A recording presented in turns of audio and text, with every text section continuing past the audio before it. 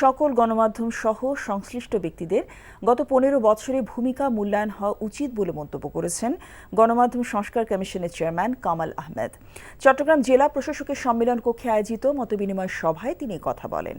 সভায় বক্তারা বলেন, দেশে বেশিরভাগ ক্ষেত্রে গণমাধ্যমের কোনো নীতিমালা মানা হচ্ছে না। বক্তারা সাংবাদিক ও গণমাধ্যমকে নীতিমালা মানা নিশ্চিত করার পাশাপাশি ভুয়া গণমাধ্যমের লাইসেন্স বা ডিক্লারেশন বাতিলের দাবি জানান।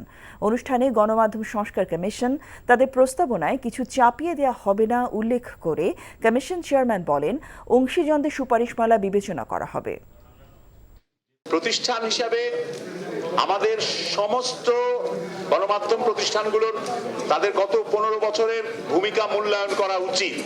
এক একজন ব্যক্তির ক্ষেত্রেও সেই মূল্যায়নের প্রয়োজন আছে। আমি কিভাবে আমার দায়িত্বে ব্যর্থ হয়েছি, আমি কিভাবে এমন ভূমিকা রেখেছি যেটা সরকারকে শক্তিশালী করেছে, স্বৈরাচারী সরকারকে শক্তিশালী করেছে, সেগুলো আমাদেরও মূল্যায়নের প্রশ্ন আছে।